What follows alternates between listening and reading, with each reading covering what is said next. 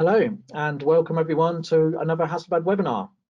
I'm Mark Whitney, a member of Hasselblad's European marketing team, and I hope you're safe wherever you're joining us from today. Today we've got a very interesting webinar with food photographer Karen Thomas. I hope you're not currently hungry, because you certainly will be after looking at today's images. Let's just move on before we meet Karen. As always, as with all Hasselblad webinars, this will be recorded and it will be posted to Hasselblad's YouTube channel within possibly a few hours or tomorrow morning for you to look back on and to send to your friends.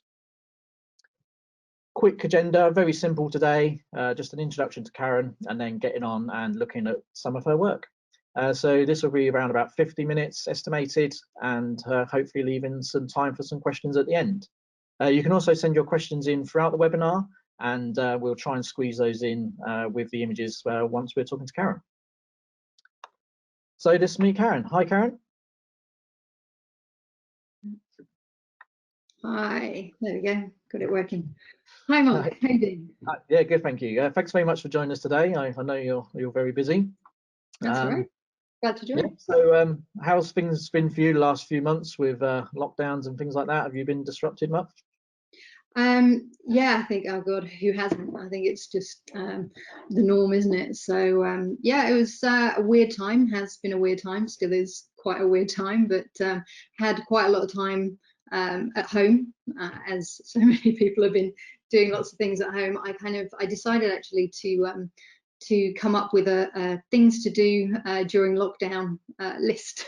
Because Yeah. I thought, actually, it's so easy to sort of spend this time just, not doing anything productive, and there's always so much to do. So I ended up updating my website, putting stuff into picture libraries, sort of learning different techniques, and all kinds of things that were work related, and then some planting of tomatoes and baking of bread, the classic, that everybody's been sort of work related. Yeah, absolutely. And I did a lot of tests as well. I set up a camera in the kitchen. I love to cook, so and actually I started shooting some of the things that I was cooking myself, because I love doing that. So that was really fun to do, trying out new recipes and things. So I kept pretty busy. At the end of it, I thought, right, that list will be finished and I'll have done everything on it, and the list just got longer, and so, but it's, good things came out of it as well, so that's a good thing. Yeah, trying to take the positives from it. Yep. Okay, so let's try and find out a little bit more about you. So you're London-based food photographer and director. So you're getting a little bit more into sort of moving images as well. Is that right? Yeah, absolutely. It's been lovely. I've been doing it for quite a few years, but there's been sort of more and more interest in it. More recently, I've been doing stuff for McDonald's and Costa and all kinds of clients that I already was shooting for, and then it sort of was like, well, can you direct some stuff for us as well? And I'd done quite a few tests quite a few years ago, and this sort of it just really interested me, because it's when you've been shooting stills for 20 years, and then it's learning a new thing is fantastic. So directing has been it's been incredible. It's so much fun. It's just that different techniques that you need to know, and bigger teams. I love working with bigger teams. I've got a really good team behind me, and we kind of we have a lot of fun doing it. So yeah, still learning new stuff after all this time. Yeah. And you've got quite a passion for food and cooking, so obviously it's an ideal subject for you to shoot, hence why you chose that direction. Oh god, I love cooking, yeah, absolutely. In fact, recently I've been doing some cookery classes with an Indian chef who kind of we Zoom, and he sort of teaches me different dishes, and I absolutely love that. And I think, there's definitely food photographers that aren't into food at all, but for me, food is such a passion. Whenever I'm shooting food, I'm looking at it thinking, do I want to eat that? Does that appeal to me? Do I want to cook it? And it's kind of, even we're having lunch on a shoot and then we're talking about food and what we're going to eat next, or it's kind of, it's all encompassing. I love food, a bit too much probably. Yeah, so obviously helps with your your enjoyment of your job. I suppose you don't really see it as a job sometimes, I guess. Yeah, absolutely. I'm so lucky that yeah, that I got into this. My dad bought me a camera when I was probably, I don't know, about 8, 10. Yeah, can't remember how old I was, but he bought me just a little plastic film camera, and I just used to follow him around with that and take pictures, and then sort of used the darkroom at school, and did all that kind of stuff, and then went to university, and then it was like, well, what kind of area of photography do I want to get into? So when I left university and started assisting different photographers, and it was also cars and corporate stuff, fashion, all kinds of things, and because I love to cook food, it was just the natural slot for me. And although the others were really interesting, I think also I love the people that work in food as well. Everyone's so friendly, everybody wants to feed everyone. It's kind of where, yeah, we're a bunch of feeders. Okay, so let's just before we get to your images, just let everyone know. So you're currently an H60 100 user, an owner.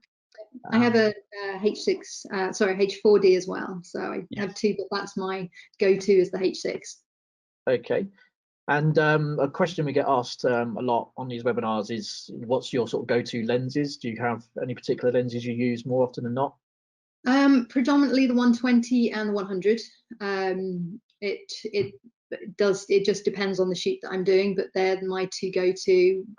One, if I want to be a bit further away from the subject, and the 120 is great for that. The 100, you can have sort of shallower depth of field, so if I want to throw more out of focus, then that is a fantastic lens to work with. But they're both ones that they're my favorite lenses that I work with. Okay, so we'll talk a little bit more about your kit as we go through the images. So let's move on to the first one.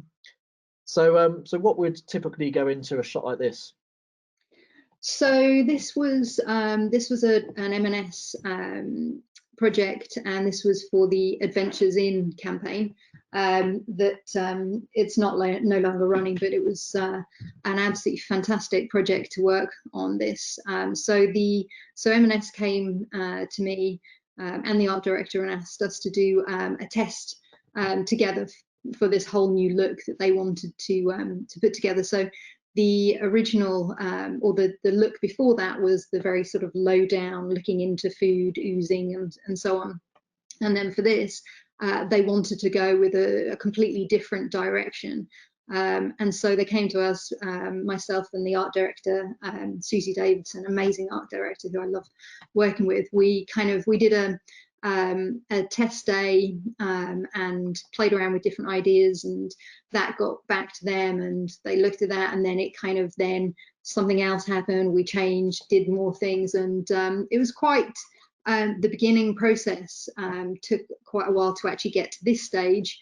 It went through all different kinds of evolutions before it got to this, and then at this point these adverts were the food needed to be contained in a ring, and then we needed to sort of structure it so that you kind of really understood the different elements. So it was a very huge departure from what we'd always shot previously, and such fun, and such a good challenge. So we'd always kind of have this main area of food, and then a little sign off like the one on the left there, this just little sort of playfulness, and that's also a nice way to bring in the sauce that that you're showing. So this will have taken a long time to build up. So there's a ring that's holding that all together, and then once everything is in there, then we kind of pull the bits and pieces around the edge, just so that it breaks the border, so that it isn't sort of too contained. It's sort of, you can see where the broccoli is, that it kind of it looks a little bit looser around the edges, instead of it looking like it was a cutout, because if it was too contained within that ring, then it would just it doesn't look so foodie. So just teasing those little bits out. So this was yeah, it was a fun project to work on. Actually, I loved this range. In fact, when we first started doing it, it was a case of they wanted so many shots done. We had a black range, and then we had a white range, which they said, well, you haven't got time to do it, unfortunately, because you're shooting the black range. And in the end, I ended up setting up 2 separate sets, having 2 separate food stylists, 2 separate assistants, 2 separate cameras, 2 computers to tether to. And we had both sort of running at the same time so that we could kind of do more. And I would sort of go from one set to the other, sort of tweaking things and working with the food stylist. So it was a mammoth start to this project, and it was so much fun. It was a good one. Okay, and something a little bit more wacky here with a nice looking dessert. Yeah, this was a what do you call it? It's a freak shake. I don't know with you know, a freak shake where you get there's so much that you try to put in the shake itself that it's, you know, this are really big in America. They were big here as well, sort of something that, you know, we followed on from them and became sort of quite popular here. But this was fun to do. They wanted to do something that was very sort of punchy, but bright and sort of colourful, and then the sort of the drama of the actual food itself. And so this was rigged up. This was Valerie Berry, amazing food stylist, who put this all together for me. And so you can't see sort of how it's rigged up, but it's all kind of forced into that shape. And then we did the drip at the end. So the drip, you know, many drips sort of falling down, and then we sort of comp the drip in afterwards. You know, depending on whether we can get it all in one shot. But yeah, quite indulgent, that one. Okay. So I know it probably changes for different clients, but how much typically did a client get involved in sort of the idea process, and how much do you contribute?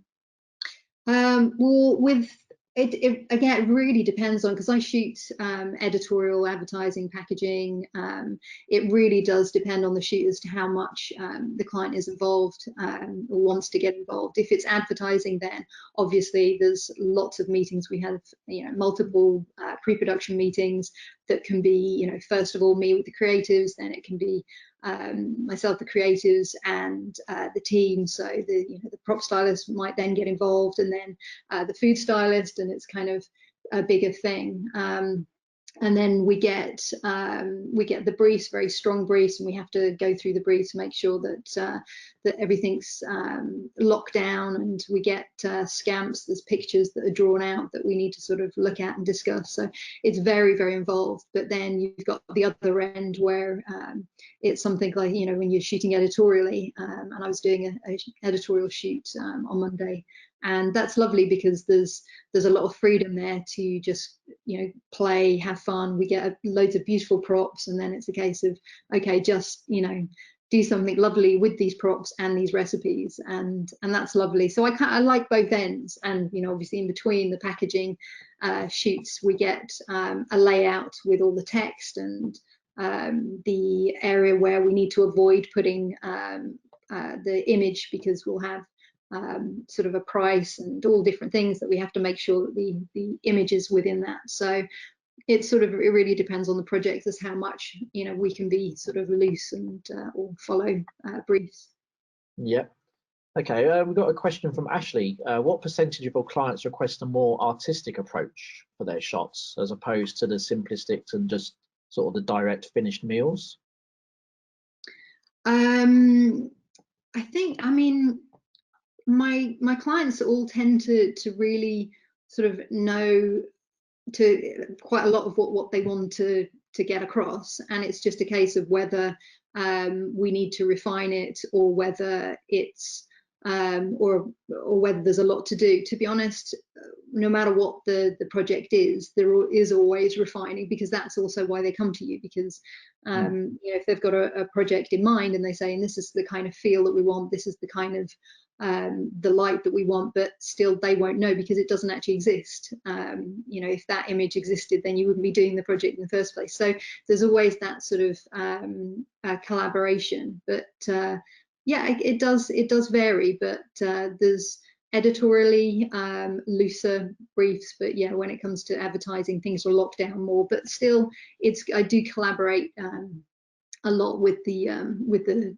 designers and everything to make sure that I'm conveying what they want to, but also putting my own interpretation of the brief on it.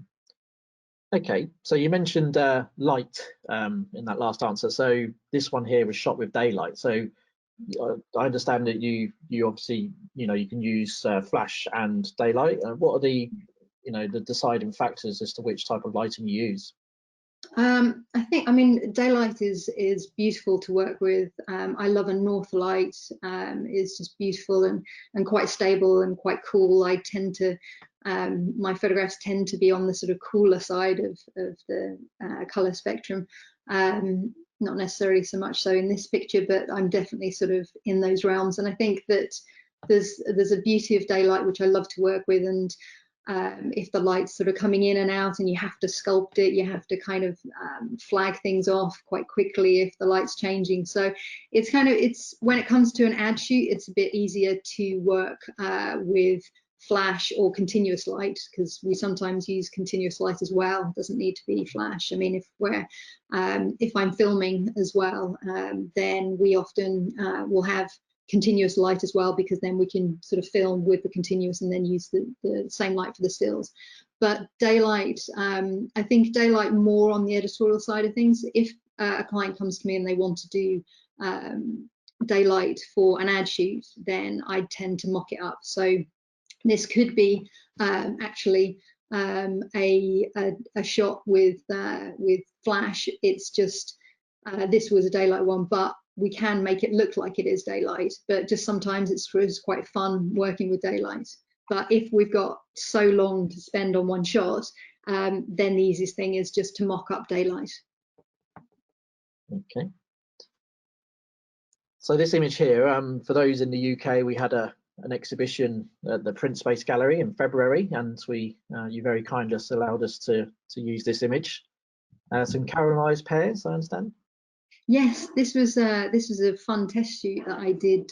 Food stylist Debbie Miller and I just got together. We said, let's just have some fun doing cooking some food and taking some pictures. And this was one of the things that we did. And with a test shoot, it's so lovely, unless you're doing something that's that's very targeted. It's sometimes nice to do a test shoot where it's just so relaxed and you just treat it more like an editorial shoot. So we cooked, she cooked 3 dishes, and this was one of them. And there's something about when you do something like this where you just want to work quite quickly. And when as an advertising shoot you spend so long on a shot, we can spend a whole day on one shot sometimes, so with this kind of thing, there's something lovely about capturing something quite quickly. So we moved quite quickly.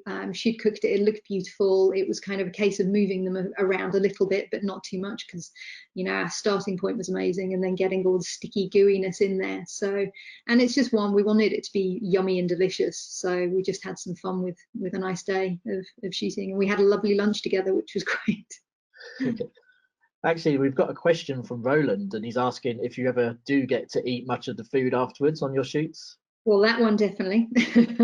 But no, it depends on, I mean, if it's something that's definitely been on set, you just wouldn't eat that. So, because if it's been on set and been played around with for so long, by the time it's been there for a while, and also we do certain things to the food that you don't want to eat, basically, in order to keep it alive and keep it sort of fresh and real. So yes, anything that comes off the set we don't eat, but it might be that with something like this, the shot you're seeing here, we've cooked, or they've cooked enough that there's some left that we might have afterwards. If it's something like, say, for example, an M&S shoot or a McDonald's shoot, then you're so focused on the shoot at hand that I almost that you forget that this isn't something. It becomes a subject for you that I'm looking at it thinking this is juicy and beautiful, but I'm not thinking about it putting it in my mouth. I'm thinking, okay, will someone want to eat it? So we don't eat something that's on the set, but sometimes there's food left over to take home. So, but yeah, it depends on the shoot. Okay. So a shot here with quite a few elements. So how do you go about working with lots of dishes at once? So for something like this, I work out how many food items we need to get in the shot, and then sort of go and have a look at all the different props, think, well, you know, what size do I need? Some smaller bowls for coleslaws, maybe bigger ones for a salad, and I start arranging them on set to sort of give a nice flow. And at this point, I'm also talking with the food stylist, saying, look, I've got this in mind for the salad. Would this work for you? And they might say, well, actually, I need something a little bit bigger for that. And so we collaborate on the props as well, and sort of work out which ones will be for what. And then once they're all on set and we've got little labels on each saying, well, this is going to be the mushrooms and this is going to be the peach and so on, then it's a case of, and I've taken a couple of frames and made sure that the lighting's good. If there's a little bit of a shaft of light on the top left, you know, to come through the glasses. So all these things need to be done in advance so that once we're ready to go with the food, we're all set. And then at that point, we bring them in, the different elements in one by one. I generally bring in something that could last the longest first, because then hopefully we can kind of keep that running so that it will stay good enough to sort of use in the final shot. But at each stage, whatever I've brought in, we'll do a capture there or multiple captures as we're playing around with something. So for example, the fries there, once they were brought in, then we'll move them around on set, make sure it's a nice shape, they're doing something lovely, and then we'll capture that, then we'll add in the next bowl. It might be that then lasts, but it might be that maybe it starts to look a bit cold. And so at the end, when we've shot the very final image, the last item of food goes in, we've got all of the other previous captures that we can then build up and make the shot if things aren't looking as fresh. And then that's when the hands come in, and again we sort of cut the pizza and sort of at the very last minute pull it so that you get a bit of a cheese pull. We might have to reset that if we've done it and we need to show more of a cheese pull, then we might sort of do it again with another piece, or maybe put a bit of extra cheese in to pull it again, so that because you want to sort of really see that, and sometimes it happens a bit quickly and you need to make sure that, you know, you can see those little oozy bits that make it look really yummy. Okay, so moving on to this one. So for those that aren't aware, this is the IMAX cinema in London, which is probably one of the most what do you say, most exposed billboards in London. It's on a roundabout on a busy interchange. So yeah, this is quite I loved getting this when I was told it was going on the IMAX, because the shoot was already sort of booked in, but then it was like, okay, we might need to use this on the IMAX. So, and that's the great thing about using the 100 back, is that it gives such massive resolution that, you know, it easily went, you know, on such a big platform. But this was yeah, it was great. I went down there, and you know, my pictures are all over the place, and I still do get a kick out of seeing, you know, pictures around. You know, it doesn't go away. But this was something else, going down and sort of seeing it that size. You know, I think was that last year. You know, I've been doing this, you know, at that stage, whatever, nearly 20 years, and that was kind of like, oh wow, this is a nice moment. But yeah, that was a shot to build up with all those ice blocks, and kind of making sure that we got the light through that, and the light cascading on top. But yeah, great to see it in its final finished form on the massive IMAX. It's a good thing. Does the resolution also have benefits for images that don't end up this big? Yeah, absolutely. It's I love the 100, because even if I'm shooting something that doesn't need to be as big as this, it's great to have the 100 back, because also say for example I want very sharp focus on everything, I can easily pull back further, and pulling back means that it's super sharp, and then I can crop into the image. So it's really handy to have that. And also I find that even if it's not required, then sometimes afterwards it could be a usage thing. Someone says, actually, because it could have been this stage, it was only decided during the shoot that actually they wanted to use something on that. And if you can't do that retrospectively, if you shoot on the 100, then you can do anything with that image. But I do scale it down to give to certain clients so that I don't overload them. So, you know, we'll size it down, which is much better than obviously interpolating up to another size. Yep. Okay, so we've got another image for Costa here. So what would go into creating an image like this? So this is multiple exposures, as you can imagine. Getting that perfect splash doesn't just sort of happen in one pour. So we started off, first of all, I'll set the shot up, make sure the light's doing what I want it to, and get that sort of initial position for the glass. And then after that, we'll put in the base drink. So it was the milk base of that. And then to that, we then, the food stylist syringed in the sort of the caramelly sort of looking colours, which are sort of quite strong coffee shots that are sort of syringed in. So then we'll get sort of different swirls and things going. And it might be that we had to use a couple of different layers for this. Maybe there was swirls in the right place, or maybe they were obscuring the text, but that's the first point that we did. Then after that, I shot the top, which was completely flat with a nice foam. And then after that, we did a pour, and this wasn't for the splash, this was just for the pour. And the pour, so many different looking pours. You know, you just get a very thin, boring pour, you can get a very thick one, or it can get movement in different places. And this one is the one that we loved because it's sort of narrow at the bottom, and then it's got a bit of movement on the top and a nice highlight. So that's again another exposure. But at that point, that pour has meant we've had to take the liquid out the glass, because obviously if we shot the liquid all up to the top, then we can't be pouring onto that. So an empty glass has the liquid being poured into it. And then once we'd got that, we then reset, and then we had the liquid, and we had all plastic all around the set, and then we dropped certain things into it, certain weights. I've got sort of these weights of different weight to give us different amounts of splash, and dropped them in, and as they dropped, they passed through a trigger. So there was a light, beam of light. They've got a little contraption by Myops, which is really useful. So as soon as the weight that I used broke the light, it triggered the camera and the flash, so it captured it quite quickly, and needed to use very good flash durations for this. So I use Broncolor for this, because they just, you know, freeze, you know, like that. It's fantastic, because I've used to use Elinchron, which is fantastic, but just doesn't have the same sort of rates to be able to kind of really capture the motion, freeze it completely. So lots of things to put together here. Took quite a while to bring that shot to life, but yeah, fun to do.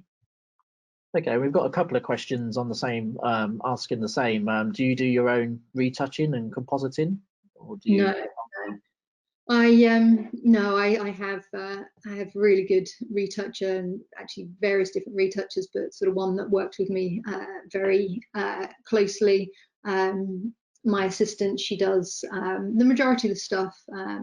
Elisa is fantastic. She just sort of puts everything together. I sort of say, like, you know, I want this, this, this, and this, and I'll often be hovering over her shoulder and saying, I want to see this, I want to see that, and I want to show the client what we're sort of, because I'll say to the client, this is what it's going to look like. It's going to be this, this, and this, and then on this on top, and then we like to do a kind of speedy comp on set, so that they can sort of get a rough idea, and then after the shoot, then it will be taken to its sort of final phase, but in, you know, more slickly. But if it's with something like this, even though we do a really good comp together, also it then goes to the agency, BBH are the agency on Costa shoot here, and they will take it away, and they'll liaise with the client as to whether there are any further tweaks as well. So I'll do, if I'm doing a sort of personal project, I might do some retouching myself, and if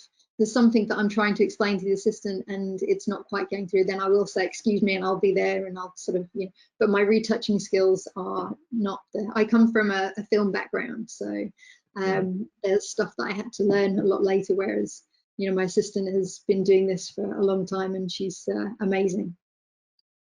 Okay, and then just before we move on, we've got a question from Pekka. How many splash shots were needed for this coffee shop?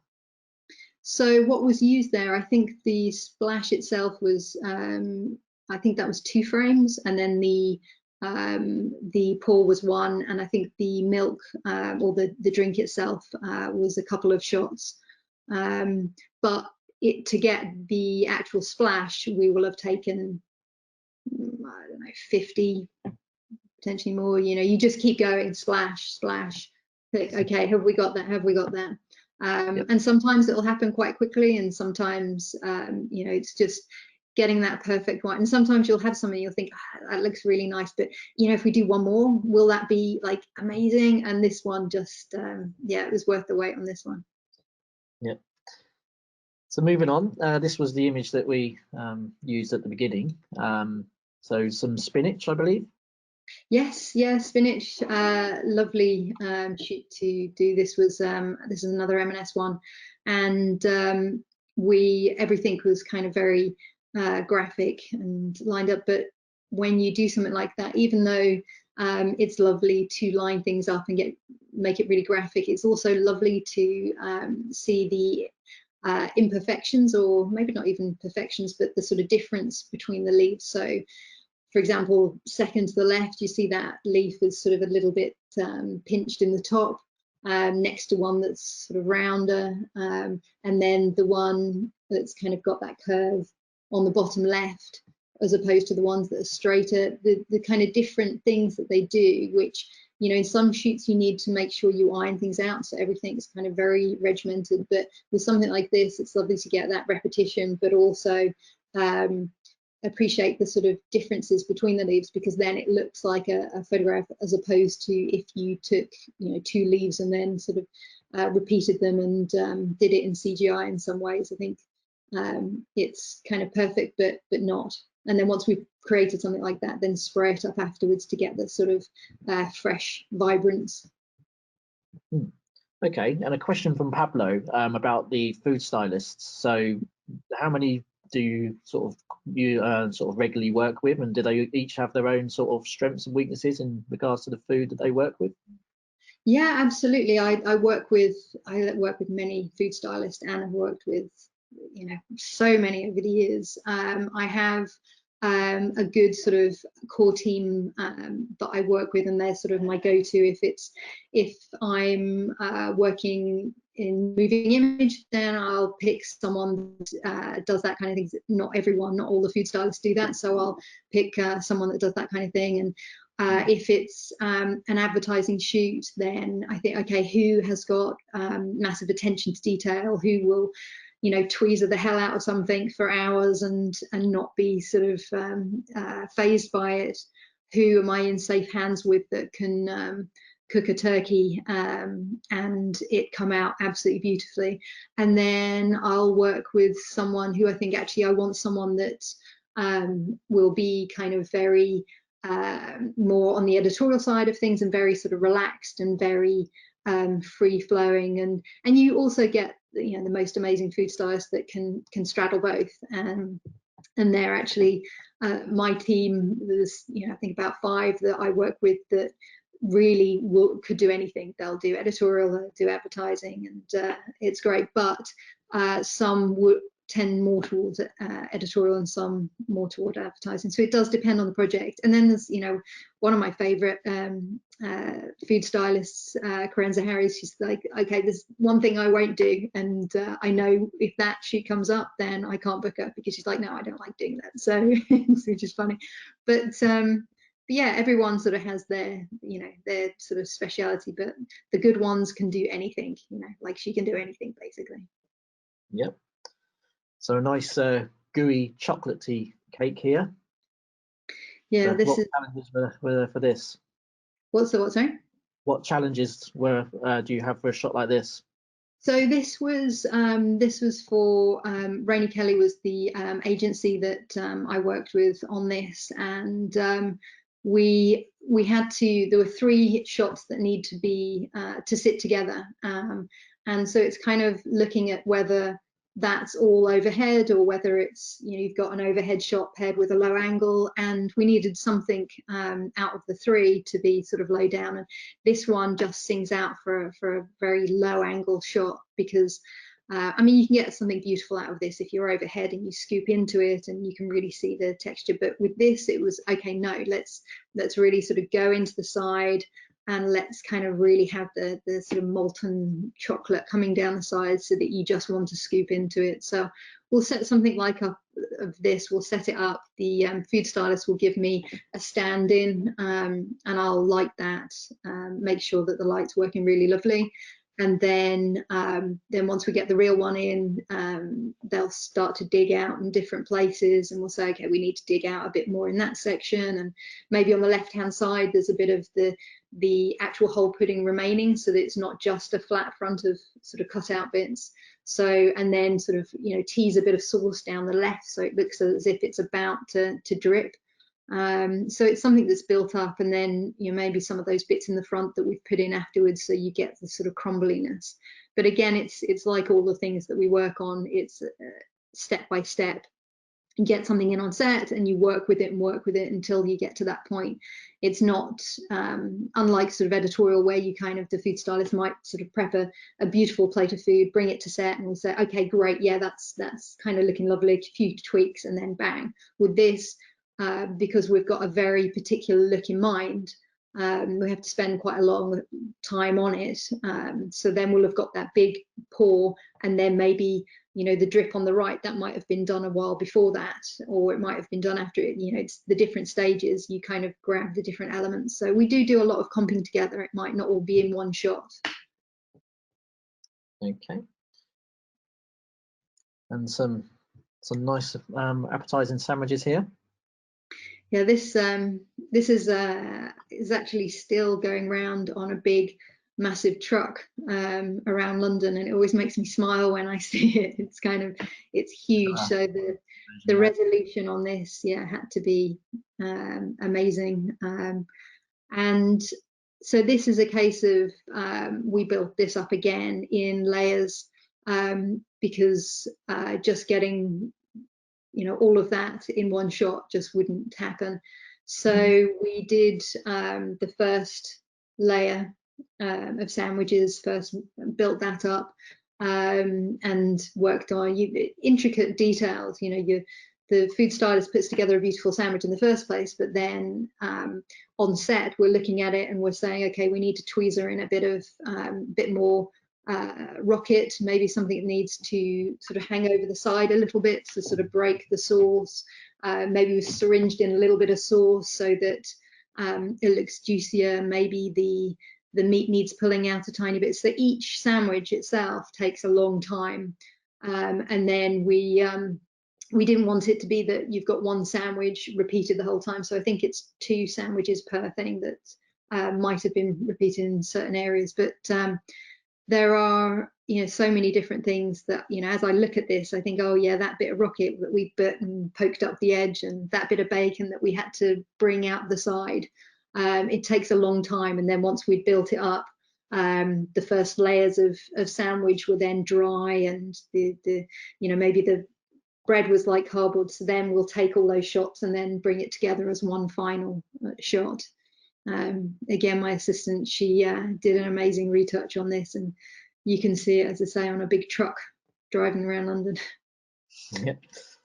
We've got a question from Tony. It was mainly in relation to the chocolate pudding shot that we just looked at, but also for this shot, I guess, is how, like, I know it would differ for each shot or whatever, but how many shots on average would you do a day, would you say? How long does each shot take?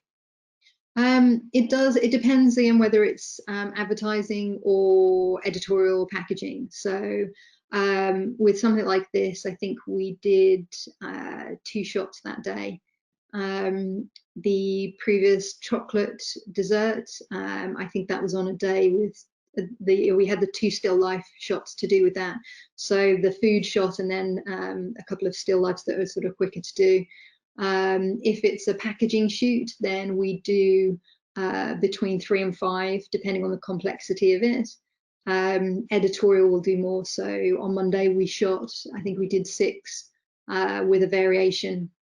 But even when you're doing something like editorial that's quicker and there's less need to go into the detail, because part of the beauty is being sort of quite relaxed and sort of loose, you still do need to spend time creating something, creating a scene, creating the light, and so everything is, you know, takes a lot of time to consider. So there's been times when we've done more in a day, but it's rare to sort of go beyond that. It has to be quite simple shots to get to more than that. Okay, great, thank you. So some courgettes, I think they are, aren't they? Yeah, courgettes made into courgetti. So this was fun. It was trying to come up with a fun shot of courgettes that, and at the time, courgetti was, you know, all the rage.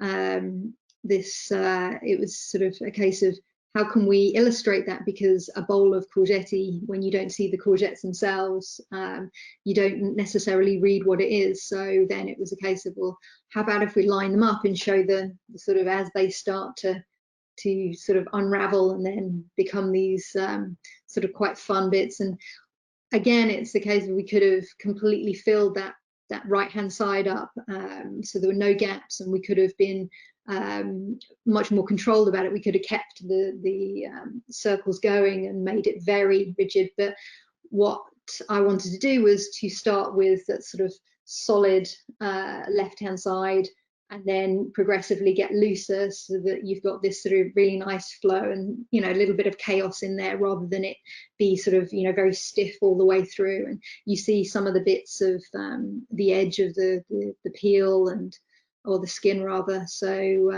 yeah, it was a nice project, because it wasn't briefed in to be this. It was, you know, what can we do with this? And myself and the art director and food stylist just, yeah, really had some fun on it. Okay, and Tony, sorry. I think that one was Debbie Miller that I worked with on that. Okay, another question from Tony, sorry.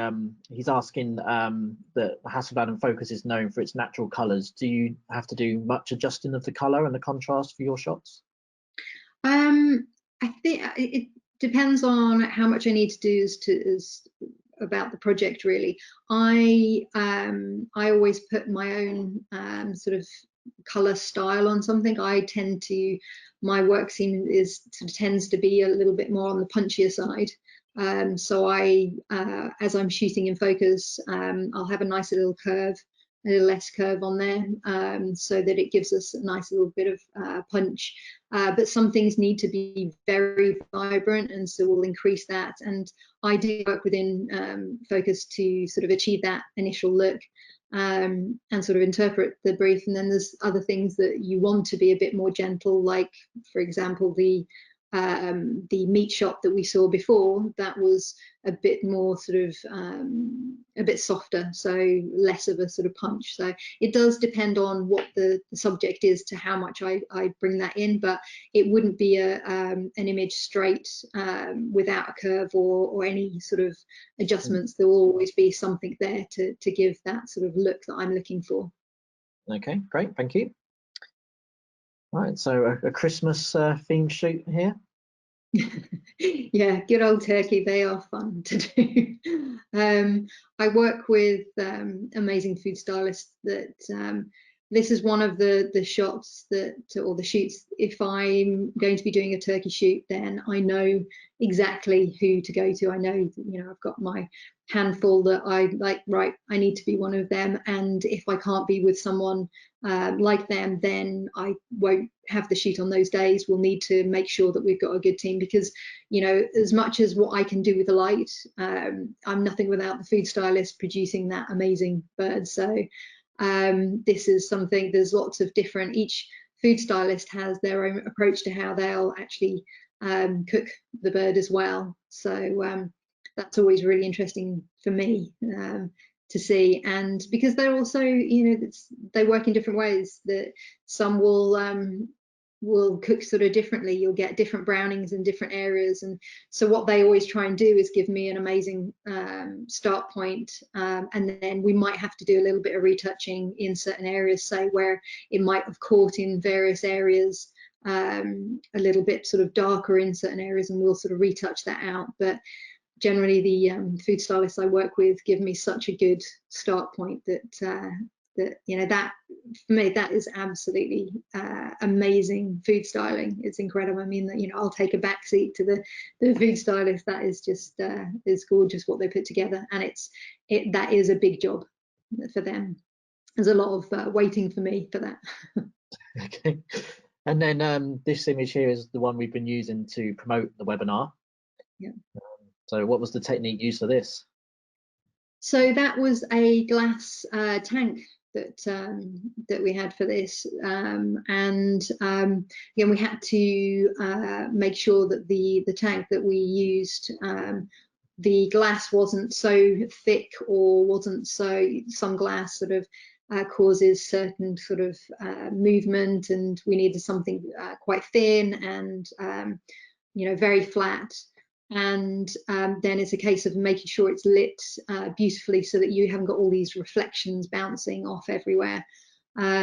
So I set it up, really lovely light to begin with, while the food stylist has given me a stand-in. So again, that's on set and I'm lighting that, and then when I'm ready to go, then she brought the real one in, and she'd built up many different ones of these, and so she'll have put the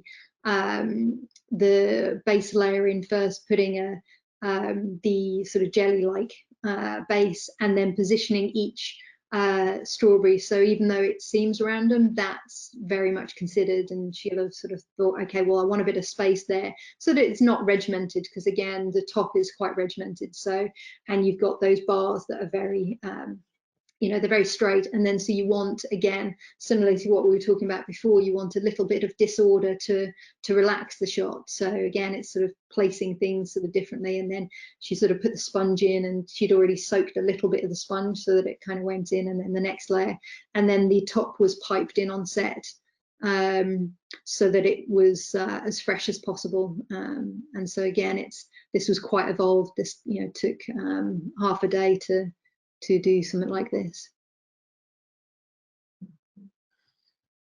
And then a nice burger.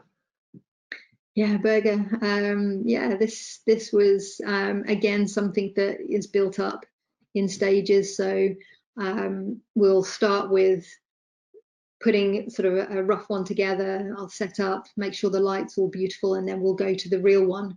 And when you put something in on set like this, even if it looks lovely, it still needs to have little tweaks and things so for example, the onions, I think I've remembered the onions on the left will have needed to pull some out a bit, and we've put a few in there, so again, it's not too symmetrical. It's got a little bit of disorder there, and the rocket will have been the very last thing that we put in, because that dies very quickly, and the food stylist will always be sort of oiling up and keeping fresh, and again, it's sort of built up step by step to get to that.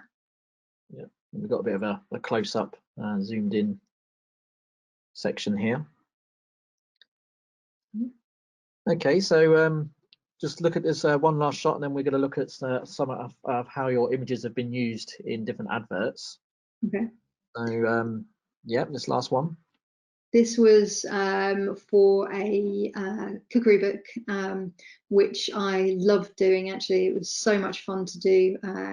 Sunil was my food stylist on this, and he does the most incredible, relaxed, loose, beautiful food. It was just a joy to work on. And for this kind of shoot, we just had the prop stylist brought a load of beautiful different props in, and then it was a case of, okay, what should we play with this? And I was just picking up bowls and putting on surfaces, and putting little cups around, and you get so much freedom with a book, or certainly the books that I've worked on, where these are things to play with. Just go have fun, and I'll set something up, and then I'll go and say to Sunil, can we do this? Can we use this plate? Will this work? Can we pop some herbs in this? And and he'll go, yeah, let's, and then we'll put it on set, and he'll be like, no, let's move this around and throw something, and let's squeeze a lime. And there's a really good, very fast energy with books and editorial, which I really love.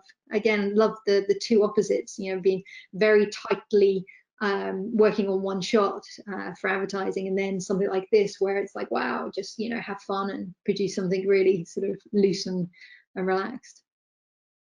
Okay, and then a fun advert here for Sainsbury's. Yes, that so with something like this, we had a cook-up day. I was working with Katie Giovanni, amazing food stylist. She and I worked on a cook-up day. So you have this time with the agency to sort of go through what you're really going to try and achieve on the actual shoot. So Katie cooked up various different corn on the cobs, and she cooked them up to different levels. So some will have more browning on than others, and some we charred in different places, and we'll get it on set and have a look at the light, decide where we want the bite, and make sure there was also discussions about the amount of butter. So there's a tiny hint of butter there that you can see, but there was lots of discussions on. Me and Katie put a big bit of butter on to begin with. They're like, oh yeah, big piece of butter would be, you know, delicious, but there's lots of parameters that we have to work within regarding health and so on. So it was kind of, okay, so Katie melted it a bit on set with a blowtorch, melted it a bit, and then we took a capture like that and melted it a bit again, another capture, to the point where we've got sort of a range, and then a crackle of black pepper. Again, it was, are we going to do that? Are we not going to do that? So on the test day, or not the test day, the cook-up, we address all these things, and then when it came to the actual shoot, we knew exactly how much pepper we were using, how much charring we needed, the amount of butter, and then you sort of really, you go for it with the real thing. And it was decided that it would just be a small bit of butter, even though the big bit looked lovely. I mean, that looks, but you know, a big wedge of butter, yeah. Okay. This to me looks lovely as well with the burger.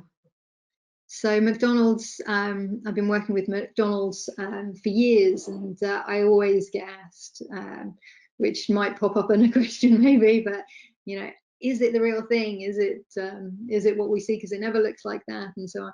It's always the real thing. We have to work with legal people. I'd often have a legal person on set to make sure exactly what we were doing followed brand guidelines and exactly what you get. The difference is that we have a lot of time to put it together, and the poor person in the shop that's doing it has like 5 minutes, so that's why. But for something like this, it would be, things have changed actually recently.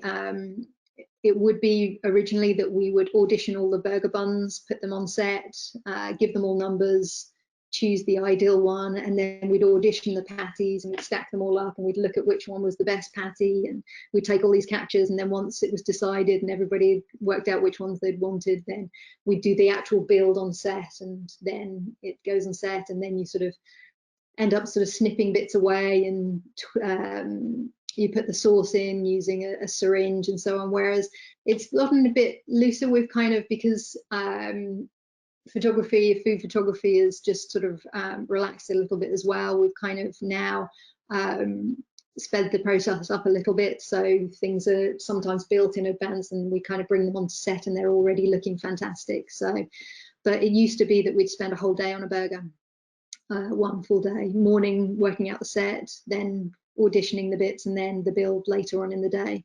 But and this shot here will have been, we work on the first burger, make sure we've got that, then the next one, make sure we've got that, and then the back one. We leave the others in, and then we take them out at the end, so we've got lots of different plates to work with.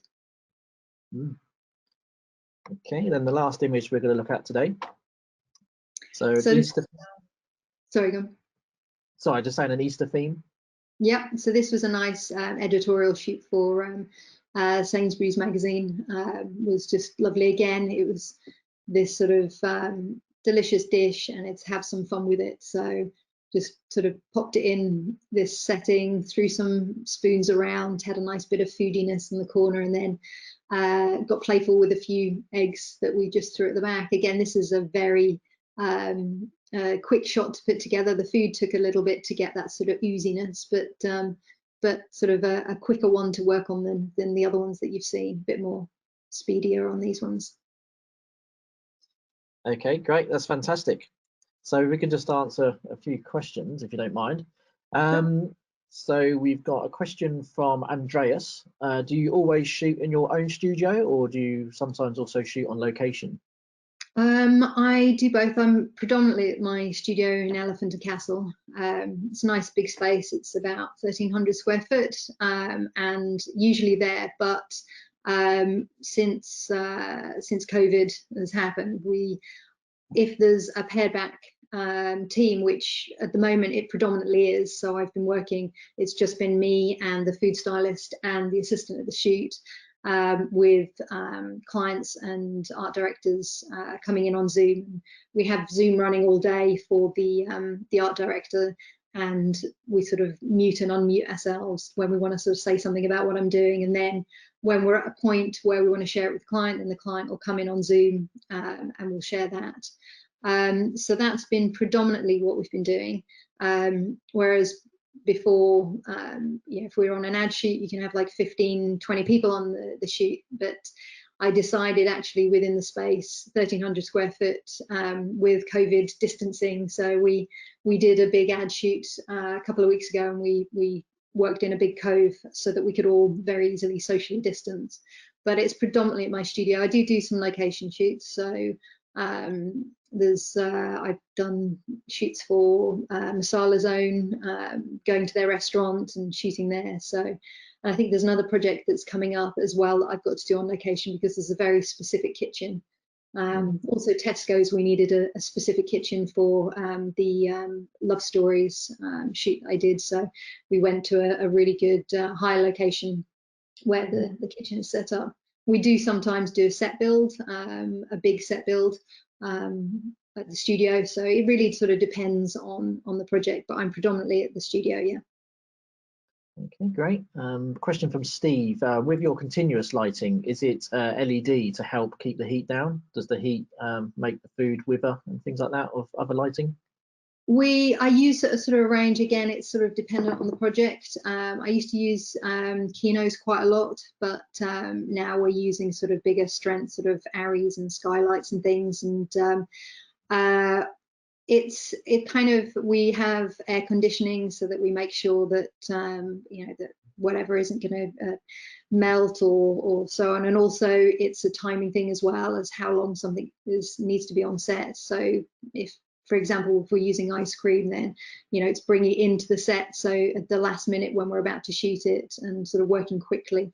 I kind of do like to work with real food. We do sort of sometimes have to work with mock-ups and things like that, but I love sort of making sure that what we're shooting, especially if it's for a client where we're advertising something, then making sure it's the real deal, and sort of making sure at the last minute you get it out and let it ooze and do what it needs to do. Yep. Okay. Quite an interesting question from two people actually, Tony and Didier. What is the main factor in you winning your commissions from your client? Is it because they like your own style, or is it your ability to adapt to the style that they would like, or a bit of both maybe? I think it's both. I think that so my agent goes out and meets various clients and puts me forward for various projects, and a client will come or an agency will go to them and say, look, we've got this project that we'd love Karen to pitch on, and then I would either go ahead and get the shoot, or I might have to write a treatment for it. And the treatment is a case of me sort of sitting down and explaining exactly how I would approach a subject. So I spent lots of time on treatments there, sort of quite a labor of love. It's kind of, how am I going to best shoot what someone is, interpret what they want. So they'll kind of, I think if it's very different to my style, then it's sort of less likely that I'll be approached, because to see if somebody else has got something on their website that is more in that style.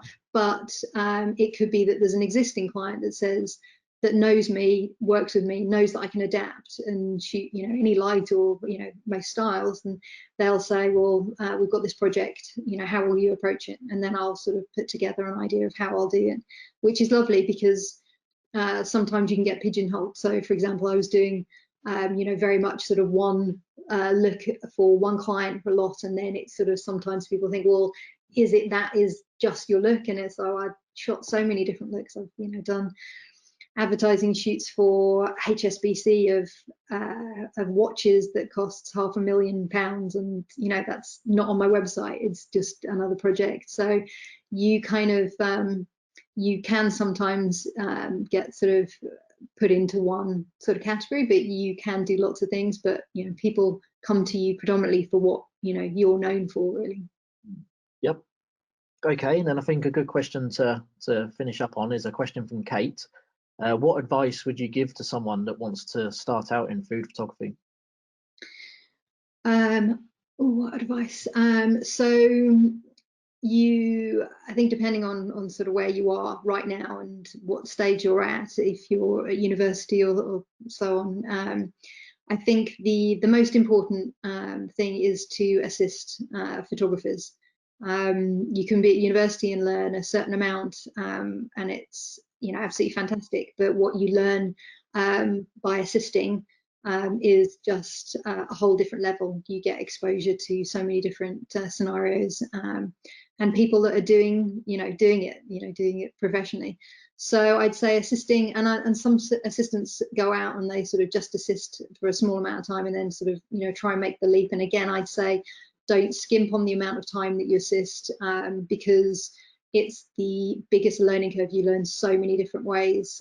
You know, working on car shoots, when I assisted on car shoots, and actually hated working on car shoots, I have to say, like being these big warehouses, it was just not my thing. I got why people liked it, but you kind of, if you can light a car, you know, it's translating that to other things. So get as much experience assisting if you can, and then it gives you sort of, when a client throws something at you, you're kind of like, yeah, I can do that, you know.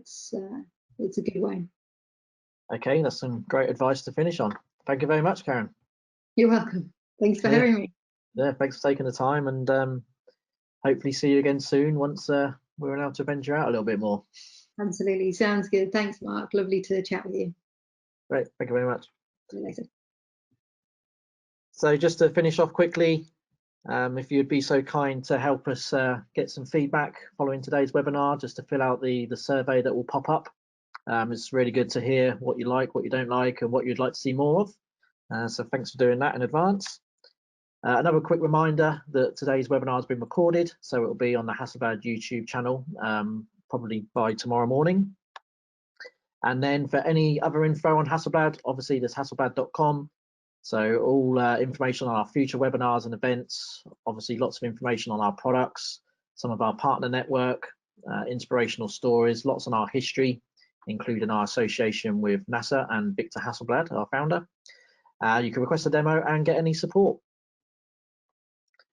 So thanks once again, thanks to Karen again, and hopefully see you on another webinar soon. Thank you very much.